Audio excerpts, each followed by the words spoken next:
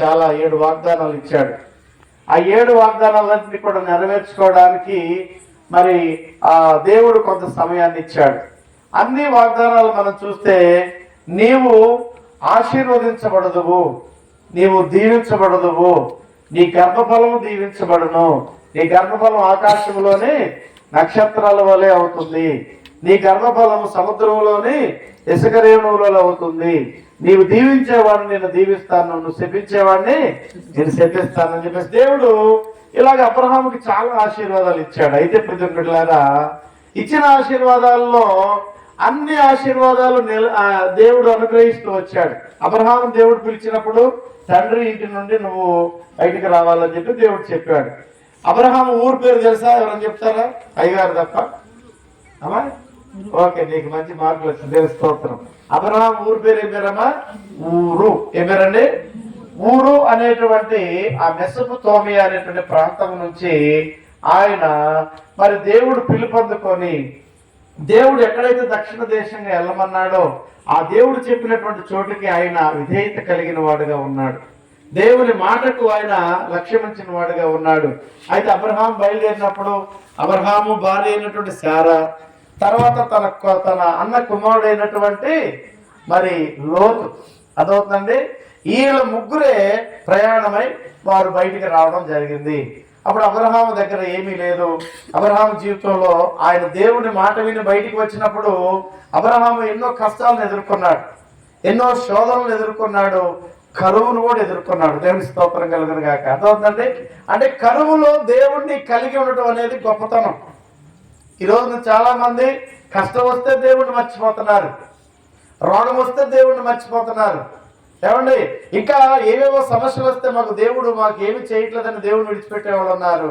కానీ అబ్రహాము 75వ సంవత్సరంలో దేవుడు పిలిచిన నాటి నుండి దేవుని ఆశీర్వాదాలు పొందుకునే వరకు కూడా ప్రజెంట్లారు తన జీవితం ముగించే వరకు కూడా దేవుని విడిచిపెట్టిన వాడుగా ఉండలేదు. అదవుతండి. అబ్రహాముకి దేవుడు ఇచ్చిన వాగ్దానాలలో అన్ని వాగ్దానాలు నెరవేర్చబడ్డాయి, కానీ ఒక వాగ్దానం మాత్రం ఆయనకు దూరం అయిపోయింది. ఏంటి ఆయన వాగ్దానము? గర్భఫలం. ఏంటంటే గర్భఫలం. మీరు ఆదికాండం 13వ అధ్యాయం ఇంటికి వెళ్తారు, చదువుకోండి అమ్మా.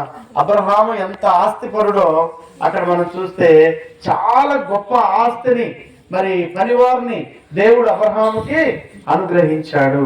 అయితే ఇన్ని ఉన్నప్పటికీ కూడా అబ్రహాము జీవితంలో మరి గర్భఫలం అనేది లేదు కాబట్టి ఆయన చాలా బాధపడ్డాడు. ప్రజలారా, అయినప్పటికీ కూడా ఆయన దేవుని యందు భయభక్తులు కలిగి ఉండటం మాత్రం ఆయన విడిచిపెట్టలేదు. దేవుని యందు భయభక్తులు కలిగి ఉన్నాడు. దేవుని యందు భయభక్తులు కలిగి ఉన్నాడు కాబట్టి ఏం చేశాడు దేవుడు? 100వ సంవత్సరంలో దేవుడు ఆయనకు కుమారుణ్ణి అనుగ్రహించాడు. కుమారుని అనుగ్రహించిన తర్వాత 12 సంవత్సరాలు గడిచిపోయింది. ఈ 12 సంవత్సరాలు ఏం చేస్తున్నాడు? లేకపోతే పిల్లల్ని ఏం చేస్తారు చెప్పండి అమ్మా? అల్లారు ముద్దుగా పెంచుకుంటారు, భుజం దించరు. అవునండి, ఒక చెయ్యి మారితే ఇంకొక చెయ్యి, ఇలాగా ప్రేమ చూపిస్తూ ఉంటారు. అలాగే అబ్రహాము కూడా తన కుమారుడైనటువంటి ఇస్సాకుని ఎంతో ప్రేమగా అల్లారు ముద్దుగా పెంచుకుంటూ ఉన్నాడు. ఇలాంటి సమయంలో దేవుడు అబ్రహామును పరీక్షించుకోరాడు. ఎందుకని? ఒకవేళ భయభక్తులు లేదన్న లోపము ఉన్నదేమో, దేవుని అందు విశ్వాసం లేవన్న లోపం ఉన్నదేమో అని దేవుడు పరీక్షించుకోరి. ప్రజలారా, అబ్రహామును పిలిచాడు. చిత్తం ప్రభు అన్నాడు. ఇదిగో నీ ఎదురుగా ఉన్న దేశంలో మరి ఒక కొండ ప్రాంతానికి వెళ్ళి అక్కడ నీ కుమారుడు నాకు దహన బలి అర్పించమని చెప్పాడు. ఎవరన్నా దహన బలి ఇస్తాడండి? లేక పుట్టిన పిల్లల్ని. దహన బలి అంటే తెలిసేంటి మీకు? దహన బలి అంటే ఏంటమ్మా? ఆ మనిషి 2 కాళ్ళు 2 చేతులు కట్టి ఒక బలిపీఠం మీద పెట్టి కట్టెలు పెట్టి ఆ కట్టెల పైన ఏం చేయాలంటే అగ్ని అంటించాలి. అంటే దాన్ని ఏమంటారు? దహన బలి. అదవుతుందండి. ఈ దహన బలిని ఏమంటే మనమైతే ఏమంటాం చెప్పండి? సిఎస్ఐ చర్చికి వచ్చే వాళ్ళందరూ ఇలా చేయాలన్నా అనుకోండి, చర్చి వద్దు, ఎందుకని ఆల్రెడీ మనకు తెలుసు కదా, దేవుని స్తోత్రం కలగదు కాక. కానీ అలా అబ్రహాము మాత్రం బాధపడలా. అబ్రహాము దేవుడు ఏం చేయగలడో ఆయన తెలుసు కాబట్టి చిత్తం ప్రభు అన్నాడు. మనమైతే పాడతాం పాట. ఏ పాట? జరిగేది నీ చిత్తమే ప్రభువా జరిగేది నీ చిత్తమే అంటాం, కానీ మనసులో మాత్రం ఏముంటది? ఒక పక్క ఏమైందని భయం. కానీ అబ్రహాం మాత్రం ఆయన చిత్తానికి వదిలేశాడు. ఆయన చిత్తానికి వదిలేసినప్పుడు ప్రియమైన బిడ్డలారా, అక్కడ పనివారిని తీసుకున్నాడు, గాడిదలను తీసుకున్నాడు, మరి కట్టెలు తీసుకున్నాడు, తినడానికి ఆహారం తీసుకొని వెళ్ళాడు, అంతా తీసుకొని వెళ్ళాడు. ప్రియమైన బిడ్డలారా, కొంచెం దూరం పోయిన తర్వాత కుమారుడు ఏమడిగాడు? నాన్నగారు అన్నీ ఉన్నాయి బలికి, మరి బలి పశువు ఏదని అడిగాడు. ఇప్పుడు మన పిల్లలకి ఎవరైనా జ్వరం తగిలినప్పుడు ఇంజక్షన్ చేయించడానికి తీసుకెళ్తాం రా అంటే వస్తారా? నీకేలా ఇంజక్షన్ చేయడానికంటే వాడు చదలపడు కదా, ఏడిపోతున్నాడు మనకి తెలియదు. కానీ ఇస్సాకు మాత్రము, అయ్యా మరి ఇక్కడ బలి పశువు ఉంది, కట్టెలు ఉన్నాయి, అగ్ని ఉంది, అంతా ఉంది, పనివారు ఉన్నారు, మరి బలి పశువు ఏదయ్యా దాన్ని అని చెప్పేసి అన్నప్పుడు అబ్రహాం ఏమన్నాడు? నువ్వే అని చెప్పలా. ఏమన్నాడండి? దేవుడే చూసుకొనును.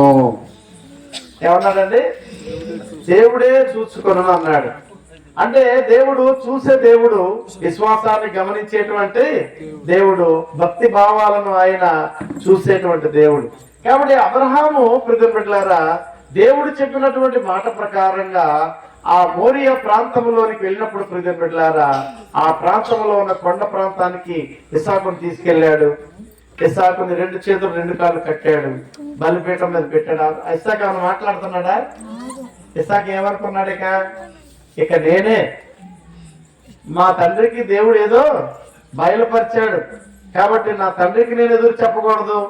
నా తండ్రి, నా దేవుడు, నా సృష్టికర్త అయిన దేవుడికి ఆయన ఎదురు చెప్పినప్పుడు నా తండ్రికి నేను కూడా ఎదురు చెప్పకూడదని అబ్రహాము పరమ తండ్రికి విధేయత కలిగి ఉన్నాడు.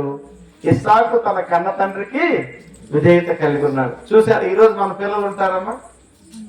మన పిల్లలు ఉంటారా? కన్న మరి జన్మనిచ్చిన తండ్రిని బూతులు మాట్లాడేటువంటి కొడుకులు ఉన్నారు ఈ రోజున. ఏమంటే ఈ రోజున జనరేషన్ ఎలాగుందంటే ప్రియమైన బిడ్డలారా, ఇష్టానుసారమైన మాటలు మాట్లాడేటువంటి ఆ యొక్క జనరేషన్ మనం చూస్తూ ఉన్నాం ప్రియమైన బిడ్డలారా. కానీ ఇక్కడ పరమ తండ్రి మాట అబ్రహాం వింటే కన్న తండ్రి మాట ఇస్సాకు విన్నాడు. ఎంత గొప్ప ఆశీర్వాదం చూడండి. ఇక్కడ అప్పుడు ఎంత జరుగుతుంది? అబ్రహాముని కట్టేశాడు, కత్తి తీసుకున్నాడు ఇక బయలుర్పించడానికి. అప్పుడు 12వ వచనంలో పరలోకము నుండి ఒక స్వరము అబ్రహాముతో మాట్లాడుతా ఉన్నది. ఏమని చదవండి ఇప్పుడు 12వ వచనం. అప్పుడు ఆయన, ఎవరు ఆయన అంటే ఎవరు? పరలోకము నుండి దేవుని యొక్క స్వరము, దేవుని యొక్క దూత తనతో మాట్లాడుతూ ఉన్నాడు. ఏమని మాట్లాడుతూ ఉన్నాడు? నీవు ఆ చిన్నవాని మీద చెయ్యి వేయకము, అతను ఏమీ చెయ్యవద్దు, నీకు ఒక్కడై ఉన్న నీ కుమారుణ్ణి నాకు ఇవ్వటానికి, ఇక్కడ చూడండి, ఇక్కడ ఈ మాట మీరు గమనించాలి, నాకు ఇవ్వటానికి మీరు వెనుతీయలేదు. మనమైతే ఇస్తామా దేవునికి? ఆదివారం ఎప్పుడన్నా కానుకేసేటప్పుడు పొరపాటున 10 రూపాయల కాగితం పక్కన 100 రూపాయలు వచ్చింది అనుకోండి, ఏం చేస్తాం? 100 పక్కకు నెట్టి ఏం చేస్తామండి? 100 పక్కకు నెట్టి ఆ 10 కోసం ఎదుగుతుంది. దేవుని స్తోత్రం కలుగును కాక. ఏది మనలో చిన్న అవుతుంది అంటే ఏం చేస్తాం మనం? ఇప్పుడు దేవుడికి ఇవ్వడానికి మనం వెనుదీల. ఇప్పుడు అబ్రహాముకి లేక లేక కొడుకు పుట్టాడు, 12 సంవత్సరాలు, నూనెకు మీసాలు వస్తున్నాయి, అప్పుడే అందగాడు. అదవుతుందండి, చాలా అందగాడు ఇస్సాకు. అలాంటి అందమైన కుమారుణ్ణి బలి ఇవ్వడానికి నువ్వు వెనకాడలేదు కాబట్టి నీవు నీ దేవునికి స్తోత్రం కలుగును కాక. ఏమండి, ఇప్పుడు ఎవరైనా మీ ఊరు ప్రెసిడెంట్ ఎమ్మెల్యే వచ్చాడు అనుకోండి, ప్రార్థనలో